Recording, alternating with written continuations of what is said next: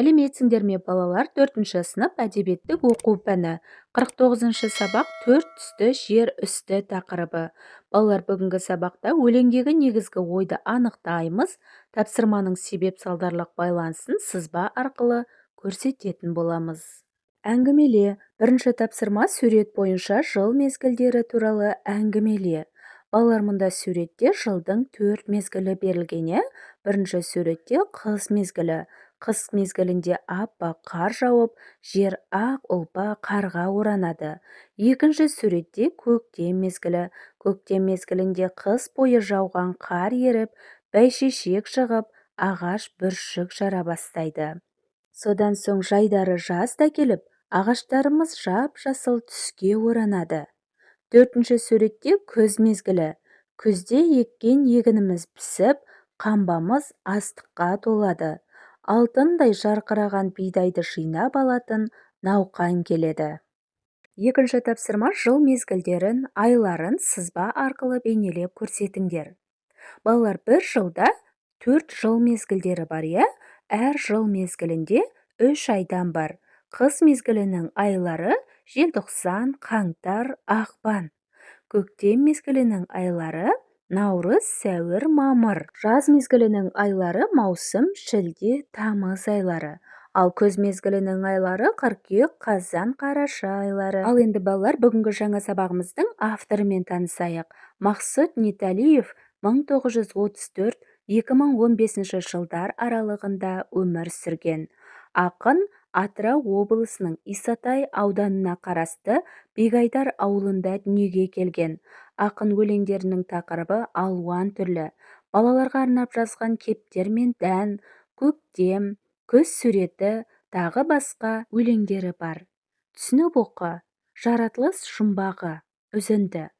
Атырауда мұнайлы, бір қыз болды шырайлы, білмей тұғын нәрсесін атасынан сұрайды.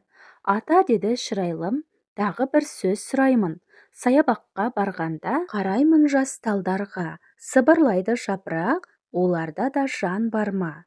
Орынды бұл сұрағың, ойыңды әбден оғамын.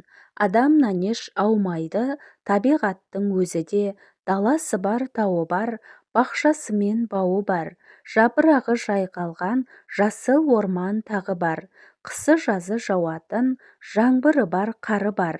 Бәрінің де жаны бар, не қажеттің бәрі де табиғаттан табылар. Көресің бе күн айды, ол да тірі сыңайлы. Кіндігі оның жер ана, тіршілікті құрайды. Адамға ұқсас мінезі, ол да өзінше күледі, ол да өзінше жылайды. Не сұрасаң береді, ол да сенен сұрайды. Табиғаттың тәртібі кім-кімге де ұнайды. Кей қылығың жақпаса, ол да сені сынайды. Ашуланса кенеттен, бұзып шығып бөгеттен, тасқын болып құлайды. Енді қызым ұқтың ба, деп атасы сұрайды. Өлеңнің авторы Мақсұт Неталиев. Сыңайлы дегеніміз балалар сияқты деген мағынаны білдіреді. Үшінші тапсырма, атасы табиғат құбылысын кімге ұқсатады? Атасы табиғат құбылысын адамға ұқсатады. Төртінші тапсырма, қалай ойлайсың, табиғат неге жылайды, неге күледі? Балалар, егер біз табиғатты аялап, оған қамқор болсақ, ол қуанып, күліп, бізге жемісін береді. Ал егер табиғатты ластап, онымен дұрыс қарым-қатынас жасамасақ, ол мұңайып, жылайды. Есіңе түсір. Пейзаж дегеніміз балалар көркем әдебиетте суреттелген табиғат көрінісі.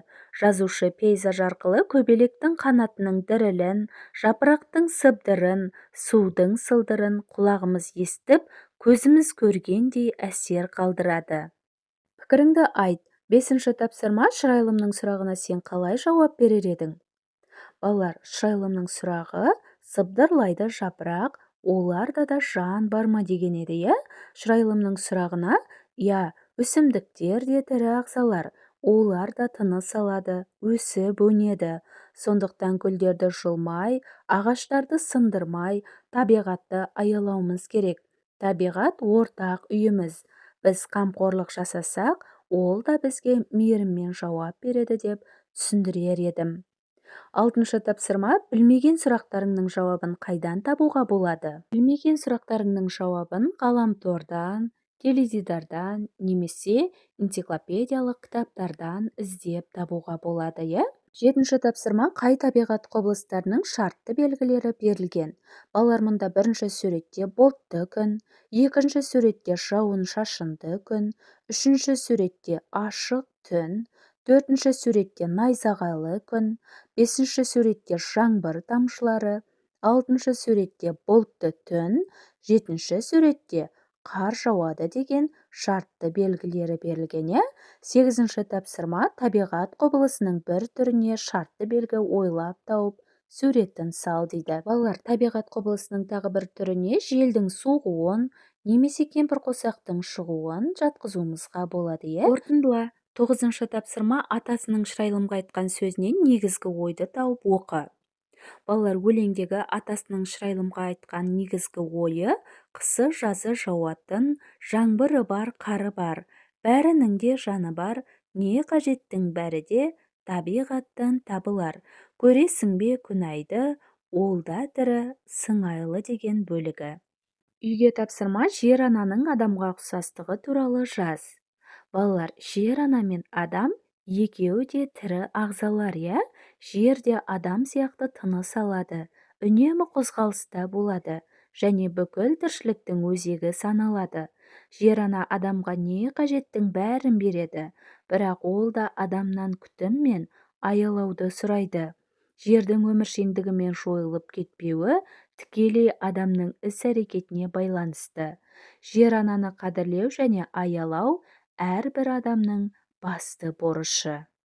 Мінекей балалар, осымен бүгінгі сабағымыз аяқталды. Сендерге барлық тапсырмалар түсінікті болды деген ойдамын. Балалар, келесі жаңа сабақты жіберіп алмау үшін каналға тіркеліп, қоңырауша белгісін басуды ұмытпаңдар. Келесі жаңа сабақта кездескенше сау болыңдар.